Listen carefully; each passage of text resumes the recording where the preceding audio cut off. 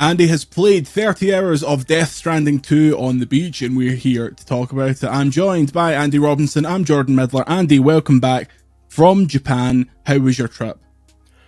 Yeah, it was really good. It was a bit unusual. I think I'm probably the only person alive who's done more than one Hideo Kojima press trip at this point. No, live's probably pushing it a bit. Still earning no money in the media. That's probably a better way to describe it. Actually, they asked at the start, did anyone come on the last trip? Like, it would have been for Phantom Pain, and it was just me with my hand up. So this preview experience, we're now at the start of May. The game is out in about a month's time. So in terms of what you played, was it just from the start, carry on? Was it specific areas? Yeah, we played, Hideo Kojima said it was near final game.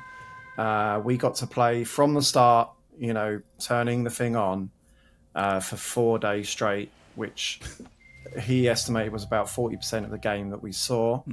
But obviously, you know, we had a cap where they didn't want us to play beyond, which I got to. But I probably could have played a lot more if I played, you know, kind of all the side content and, you know, explored a bit more. But I replayed Director's Cut the week before I flew to Kojima Productions, so I was really locked in, really like hauling those boxes up the hill. What were your kind of, from first impressions, especially someone who's just played Director's Cut, what were the biggest changes to you? Does it look like a PS5 game, as the question always goes? Well, okay, so there's two things there. I'd say, first of all, if you watch that second trailer, that's absolutely stunning. That is what the game looks like, and that's running on a base PS5. Okay. Like the first thing that was really surprising for all the press there was they were running it on a base with PS5. There was no PS5 Pro to be seen, and it was very much like a double take. Like, oh wow, this is on a normal PS5. It looks. I mean, I guess maybe we're only just now, like the last kind of like year, 18 months, we're starting to see the real kind of like next gen PS5 games, right? The real built from the ground up ones, but it looks absolutely stunning. It's definitely one of the best games, looking games I've ever seen. There's a part in the trailer, the last trailer, where you sort of see behind Sam Bridges, Norman Reedus' character, on the like sort of a Mexican, like rocky kind of desert vista.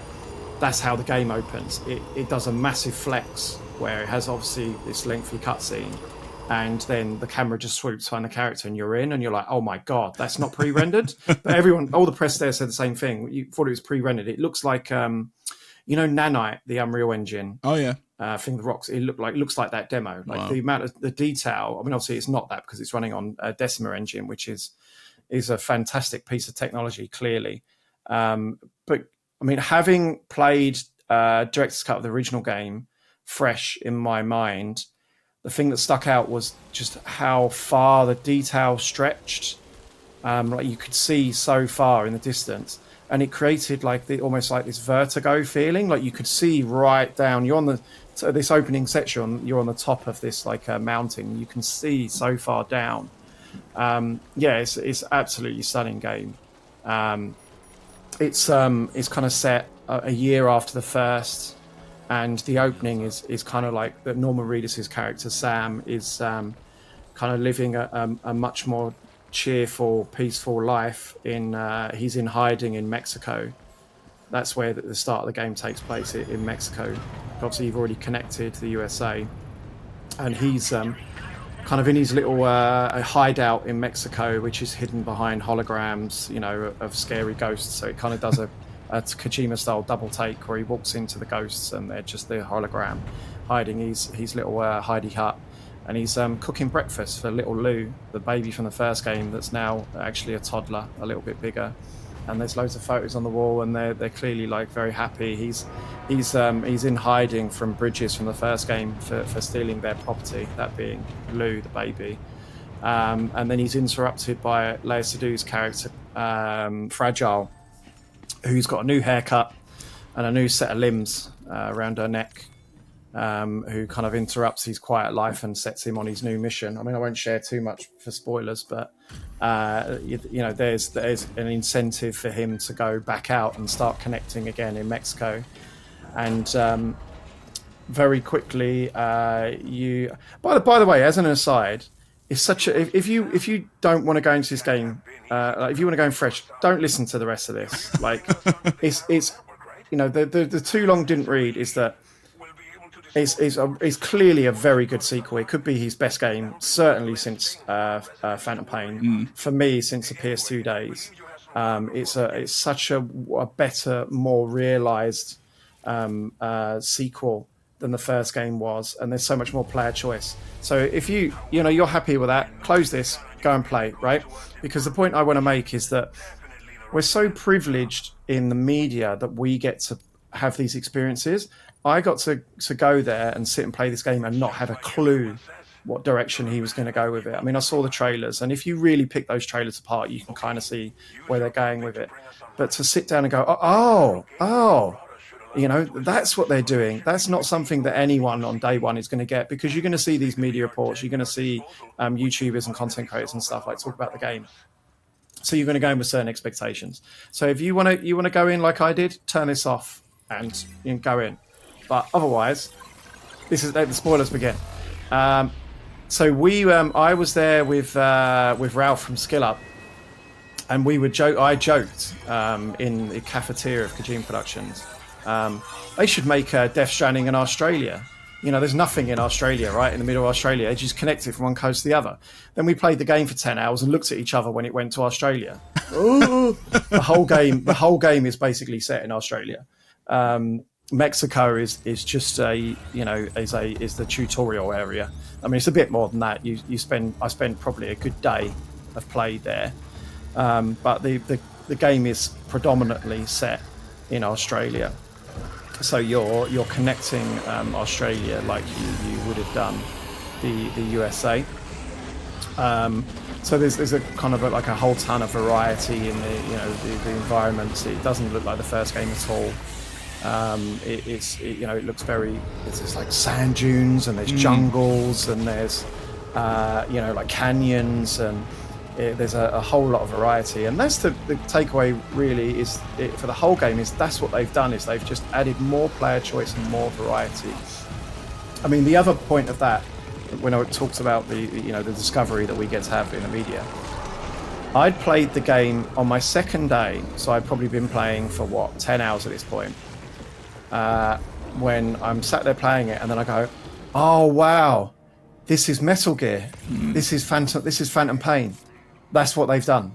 They you're sniping guards out of watchtowers, equipping silence rifles, and then planning to infiltrate a base to extract a prisoner. And you're like, "Oh my god, you're sneaky guys. You've turned it." Because the first 10 hours, you're just take the parcel here and then parcel. It's all very similar. But then it just really opens up with the choice. And it's not like they've turned it into an action game. It's just you have the choice. In the first game, you're going from point A to point B. And everything that in between is just there to kind of obstruct you. Like the enemies, the mules, the human enemies are just annoying. They're playing tag with you, right? They're chasing you down. And they're throwing their electric sticks at you to make you drop your parcels, or you're trying to get their parcels. It's a game of tag. The BTs are just basically a ghostly minefield that you're awkwardly dodging. That, from what I could see, is barely in this sequel at all. Okay. Certainly, other than a specific sequence, I can't remember in 30 hours barely.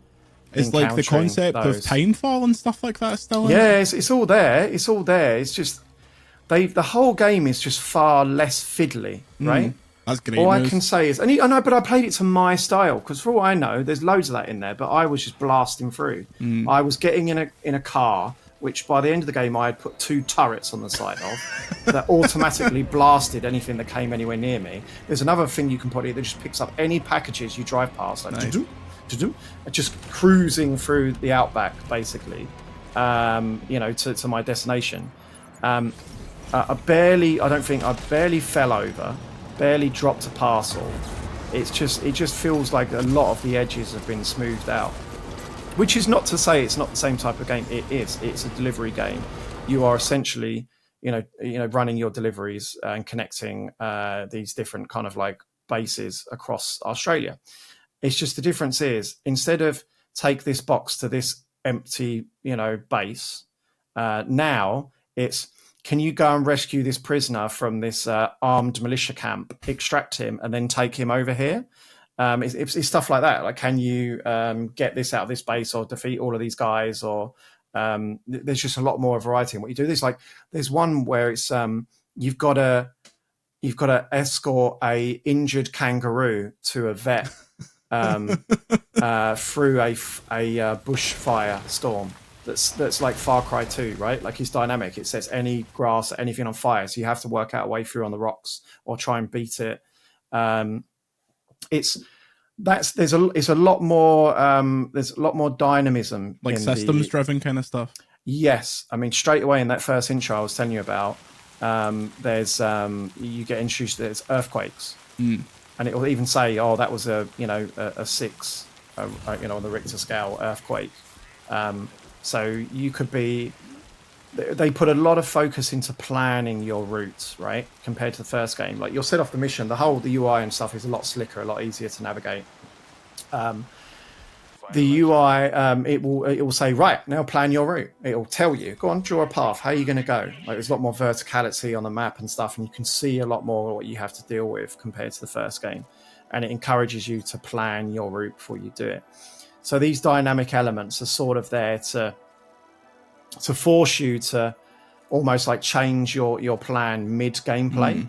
So there's the fire, the bushfires, like I said, but there's also there's the earthquakes, like I said. There's storms.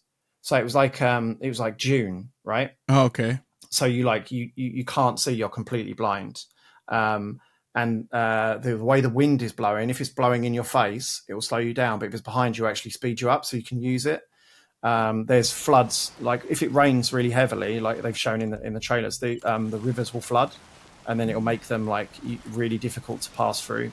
There's a day-night cycle now, so I didn't quite work out exactly what that changed, but maybe it clearly does something because you can go to sleep and you can choose to wake up at day or night. So yeah, like there's just a lot more going on. I mean, that's the biggest takeaway for me is that, and they said this, Kojima said this as well, is that they wanted to give the player more options in how to do stuff. Like you can, kind of fight now, like fight guys head on, or you can sneak. Even the stealth is better. The stealth is better. I mean, I said this to Kojima, and he was like, "I don't think it necessarily is." Like, but it really is.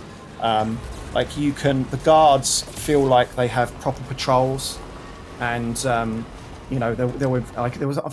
an early mission where I have to steal something from a base, and it just felt like more of a traditional kind of like tactical combat game where the guards are kind of like have their patrols, and I think I knocked one of them out, and then another guard spotted this guy and went to investigate and called someone else over, and it just felt like a lot more fleshed out than the first game, which felt a little bit half-baked in that sense. There's even the BTs they introduced. There's a new type of BT that you see in the trailer.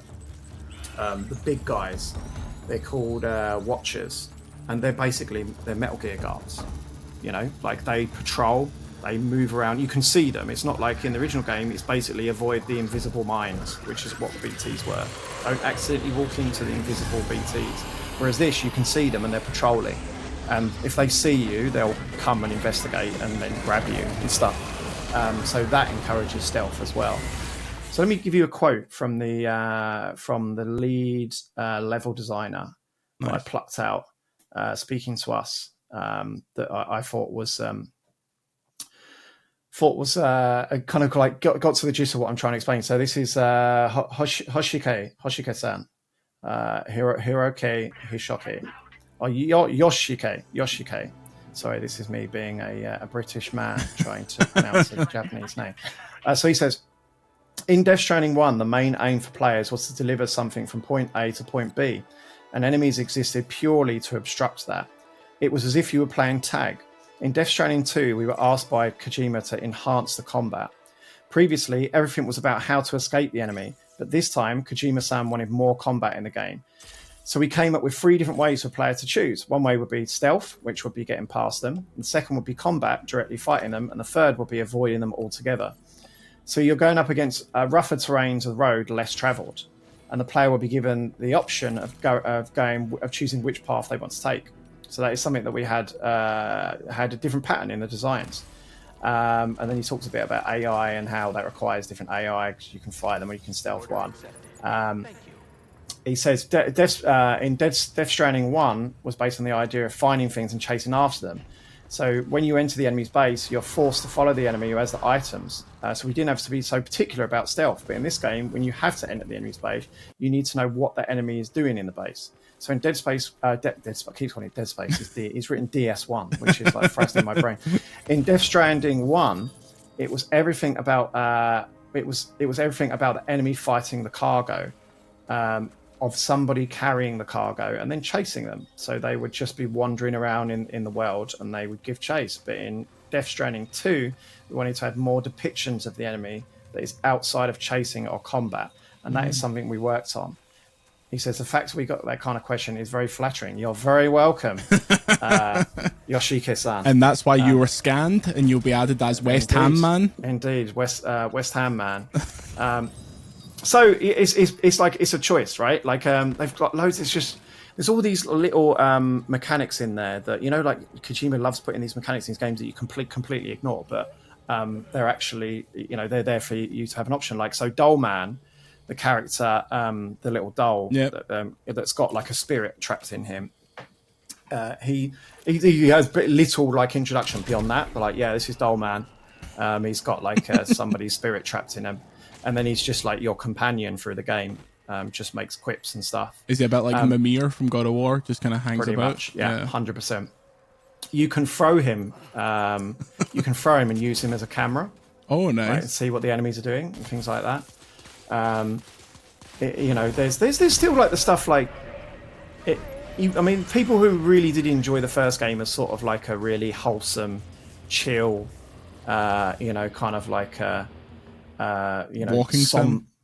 Yeah, somber walking sim, slightly haunting. That's still there. The soundtrack's amazing. That was you one know, of my there'll still be like these music cues that come up at particular points. The environment's absolutely stunning. You can play it like the first game, but there's just more options there, and there's more stuff. Like the boss fights are great. You're fighting again. It's like metal. You're fighting big mechs. Yeah, there's all these big mechs in the game. That they emphasise, and I saw in the story, they're not robots. They're sort of like stranding nano machines. I think they call them ghost mechs. I think they call them. So they're not electric. They're sort of like puppets. Ghost like mechs, puppets. GMs rather than MGs, Metal Gears. All right, yeah. It's the characters are really good as well. Like even talking about the characters, just they're introduced in more interesting ways. And they've got more kind of like unique backstories than I think the characters in the first game. I mean, it's understandable because they had to set up the world in the first game. But it does feel quite Metal Gear, right? Ellie Fanning's character, Tomorrow, like you don't fully kind of work out who she is, but she comes from one of the nightmares. So she's kind of come from the land of the dead, and she's in like a cocoon. You see this in the trailer, and she can sort of control the tar. So then she like is a bit of a ninja, ends up fighting robots. There's a character called Rainy. Yep. And she's got, again, like it's the way she's introduced. Like she can, wherever she goes, she causes rain, and she can't control it. And so her backstory is that she's kind of like chased out of her town as a witch, because wherever she goes, she's bringing timefall, and she's like obviously destroying everything. So they chase her out as a witch, but she's got some power where within 1 meter of her, the timefall is reversed, so she heals stuff that's near her. It's just like anything further out. They're all in this ship that you see in the first trailer. The Magellan, is it? Magellan. That's it. And it's like even that brings more. There's just a lot more personality in the whole game, right? Because it's like this supernatural soap opera, whereas all these characters were like, "Oh, I make the time go back, and I make the tar do this," and you know, obviously, Lea Seydoux character like has got Doom's the kind of the supernatural Jedi powers. Do you get the sense that this is the game he wanted to make, but he had to do the first one to set everything up? It's difficult. I did want to ask him that, but I didn't get the chance to, because you do get the distinct impression that a lot of the changes are based from kind of player feedback to the first game, because obviously it probably was the most divisive, Hideo Kojima game, certainly of the modern era. I think you even see that in the director's cut, where they added a lot more combat stuff. Like they gave like the enemies like big turrets, and they added like a lot of melee moves, and they put like some guns in there, and they genuinely added more action to it. And you've seen in these quotes from the lead level designer that one of the mandates of this was more action. So I do think they've looked at that, but there's a good quote here from Kojima himself that's sort of like, this is his explanation for why he's gone in that direction. He said, I'd like you to remember back to the first Metal Gear Solid, when you had to really focus on stealth, otherwise it was game over. Before you get to the elevator, you had no weapons at all. But once you got in it and went up, you had access to some weapons. The reason I did that was because if I put a weapon there, people would use that to take down the enemy. It would not have been like a hide and seek game. That's why I deliberately took that out. But a lot of people hated that, and many didn't even make it to the elevator. In MGS1, we put in a lot of mechanics to teach people stealth. So in MGS2, I knew that people understood stealth more, so I made weapons more accessible. You could even aim at specific areas of the body in first-person perspective. It's the same for Death Stranding 2. Originally, it was a delivery game that no one had seen before, so people may have felt frustrated with that. But this time, people are now familiar with the idea of delivery-focused game, so I wanted to create more freedom for Death Stranding 2, for those that want to battle and the like. You could use weapons, you can, but you don't have to. You can use vehicles and bikes. It's more accessible now in Death Stranding 2.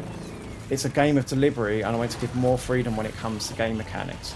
So that was the intention. So there you go. He's kind of like heavily, and it's quite satisfying playing the game blind and then saying, oh, this is what they've done, and then they, you hear the creators say that's what they've done. I'm sure it's satisfying for them as well to make sure, me not going, oh, they've made it into a stealth game when they've deliberately tried to put more action into it. So there's lots of other stuff here that I've kind of noted down. There's the overall, it's less fiddly, right? Like I mentioned, like the streamlined menus and the controls are better, and there's just genuinely like lots of less. I don't know if it's just because I was like I finished the first game again the week before, but I barely fell over, barely dropped anything. Like it just felt like the world was less frustrating an obstacle. I have a question on that. So in the first game, you had the concept of like the kind of social aspect of putting down ladders, and they would appear in other people's games. Is that in this as well? Absolutely. Yeah, there's that's there, and it's kind of it's expanded upon. They had, I mean, we were obviously playing an early version, so we were having to deal with what presumably was kind of developers. Creations, but it had all the stuff in the first game. A lot of it was streamlined. Like if you got on a ladder, you automatically shoot up it, like fire up it. So it's just lot less fiddliness all around. The menu, the quick menu, is a lot easier to use. They've introduced there's kind of like new stuff like this guideposts that you can put in that, like, because obviously it can be nighttime now. Yeah, so you can put guideposts in that just light up and show you the way. You can put right towards the end of the halfway point, you get full-on teleporters, so you can teleport to other places, but you leave all your gear. So that's the trade-off. There's upgraded versions of the zip lines from the first game. There's bigger bridges from the first game. There's the big new one are the mines on the monorail system. So there are mines around, and the mines automatically create materials that obviously you can use to build stuff. But you can also build a whole monorail system around that is similar to the roads. So roads are still there. But these monorails, you can load up all of your stuff and get on the monorail and just ride it all along, like in real time, drop off wherever you want. So it's very, very cool. I think something that's worth noting as well, like just in terms of like streamlining, they've put branching dialogue choices into the game. Oh, now, interesting. which obviously kind of makes the interactions more dynamic, but probably more crucial for a lot of players who kind of bounce off the first game is that it allows them to put the deeper lore stuff, make it optional. So you can instead of like in the first game, it felt like you'll just skip it. Like these are going to tell you about everything about their mother who was in the Death Stranding, and she moves to the other bunker and blah blah blah blah. Whereas that'll be behind dialogue choices. You can just go, yeah, I'm done. What's next? That's in the cutscenes, right? It's got it shows a timeline when you pause, show you how long's left in the cutscene, and there's a built-in wiki on the whole game. Oh, cool! And you can consult it at any point, even during cutscenes. So you're like, "What's that thing they just mentioned? What's that?" And there'll be a full explanation of that. Putting us out a job. And there's other stuff that's really smart as well. Like they've put a GTA style text message thing in. Okay. So the characters you meet. And like based on like the side missions you've done and things like that, will send you texts and picture messages. So I remember there was one where there was a mission about tracking down some boxes that got stolen, and then you'd kind of like find them on the side of a mountain and you'd take them back, and then later on you'd get a picture message going, "Oh, I found out who stole the boxes," and you'd get a video message showing you like a CCTV footage or something of who took the boxes. So that's a nice little touch. Lots of little stuff as well, like. There's your stats, Sam's stats now improve as you play, shaped in your play style. Skyrim style. Yeah. So there's that, but then there's also a full-blown skill tree called APAS enhancements that you unlock with points that you get from completing missions and side missions. So you can, do stuff like you can make your ping on your what's it called? Is it Icarus? Yeah, I think so. No, I don't think we know what we're talking about. The thing on your shoulder that goes like this. Yes, the ping. Yeah, you can make that bigger and make it last longer. You can even make your your leg skeleton thing stronger so that it automatically balances you, and you can do stuff like you'll automatically get an alert if someone's about to hit melee attack you, or you can make your your aim better, like your recoil better. There's all things like tons. There's a big skill tree. So it kind of incentivizes you to do more stuff, which in the first game I didn't really feel that. I mean, obviously there's a like system that's back here, but it was intentionally designed, but it didn't really do anything. That's still there. But the side missions in general, it's nice to see that as the game progressed, the path would open up in front of you. It's like, right, you could go here and help us connect here. However, there's a friend of mine over here who needs help, and he might have a good reward for you. Like one example I can remember is that I decided to take the side mission, and this guy needed some help, and he's like through this BT field, which was one of the few ones I actually encountered in the game. And then he needed me to go and like get some packages that he'd lost.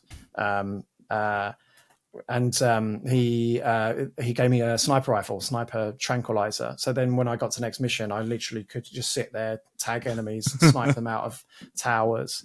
And it felt very, very different to the first game. How's the shooting feeling? Similar to the first one? Pretty tight? Yes, it's faster. You can probably see from the footage we've got. It's faster. It just feels a lot tighter. There's like kind of like a bit of a like subtle automatic cover system. Like the enemies will just react a lot more satisfyingly than when you shoot them. There's actually a quote here. So I asked Kojima about the kind of the stronger focus on combat, and why he decided to do that, and kind of the Metal Gear influence. And he said, I'm not recommending people to fight more or anything like that, but there are so many people all over the world asking me to make another Metal Gear, so I added more options to combat. But this is a game mainly focused on deliveries. You can avoid the enemy by taking the long way around. You could drive by quickly using a vehicle or bike, or you could fight the enemies. I wanted to leave the choice up to the players. In that case, we need to tweak the design of the weapons so they're easier to use. When I was working out those mechanics, I was a little bit worried because many of my staff who worked with me on Metal Gear still work here, and they kept saying to each other, does this feel too much like Metal Gear? It wasn't on purpose. But it does feel like Metal Gear. It feels like Phantom Pain. I mean, I don't want people to go in like with too many expectations, right? I don't think the mechanical depth is quite on that level. I don't think you're going to see any crazy speed runs like you get with Phantom Pain, where you can like dive in and go prone, spin around, and can you Fulton extract people? That's my question. You can. I don't think this was in the first game. You can take your backpack off. Oh, okay. I think you I don't could. know if that I was think, in the I think first you game. could empty it, like you could get rid of everything. Obviously, I'm sure I might even have a quote from Kojima somewhere, but I won't try and find it. Where I'm sure he talks about putting that in. Where, in other words, if you get to a base that's full of enemies and you're about to have a battle, you can take your backpack off and put it down. So instead of like trying to run around with all of your cargo, stumbling around, exactly, and they're literally making it easier for you to engage, right? Where I felt like in the first game, you were actively dissuaded from doing that. Engaging with any human enemies was annoying. Engaging with the BTs was annoying.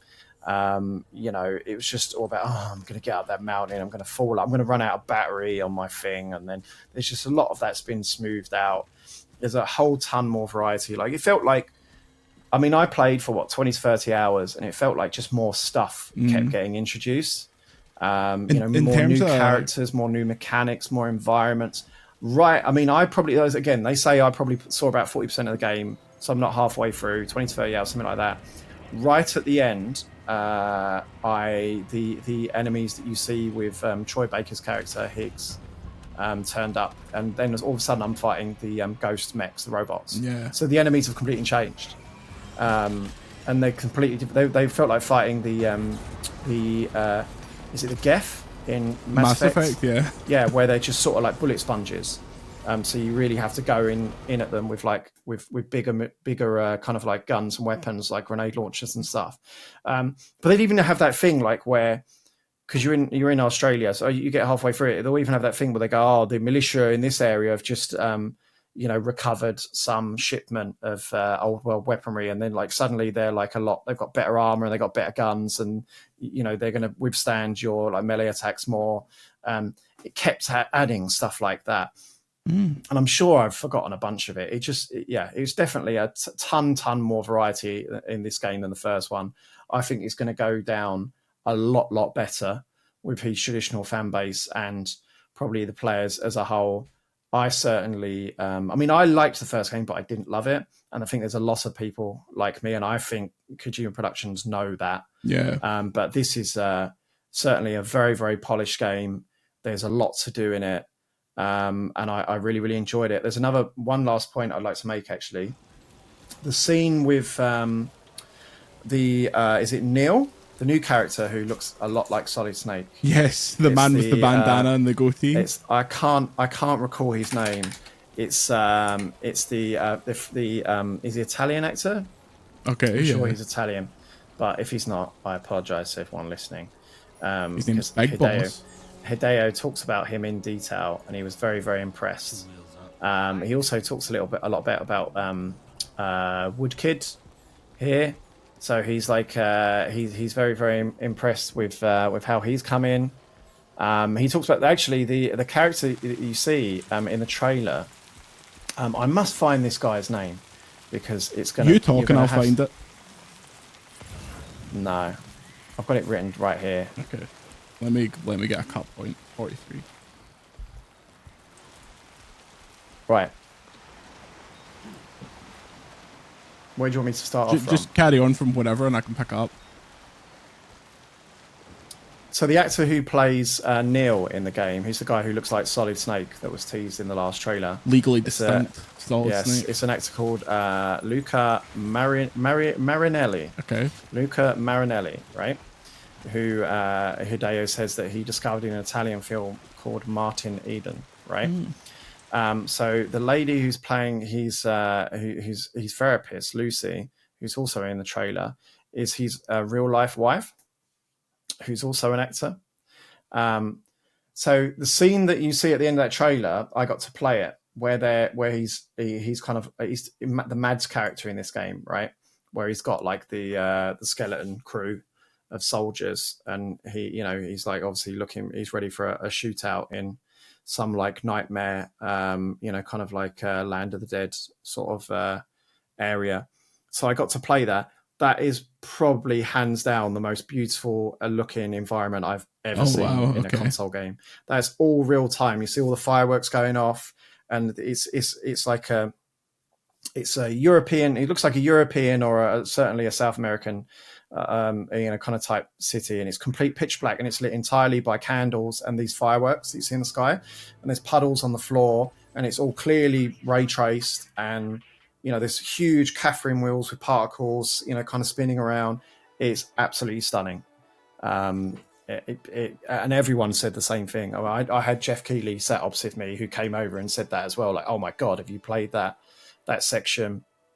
Is that Decima engine is something else. I can't wait to see what this looks like on PS5 Pro, because it's absolutely stunning on the standard PS5. Well, that's one of the things with those Horizon games. Like, they are some of the, say what you want about the gameplay and the characters and stuff. They're absolutely stunning games. Yeah. You answered pretty much all of our Discord questions, but I had a couple. You said earlier that there was the kind of big musical cues. Does it still do the thing where it tells you the artist and all that still does that? We're not allowed to mention any of them in the preview because well, they don't. You know what it's like with music rights. They're not sure, because there was the other thing is like that. Well, he's probably even breaking the terms of embargo, even saying what I'm not allowed to talk about. But there were some story beats and some other things that they obviously want to leave us as a surprise.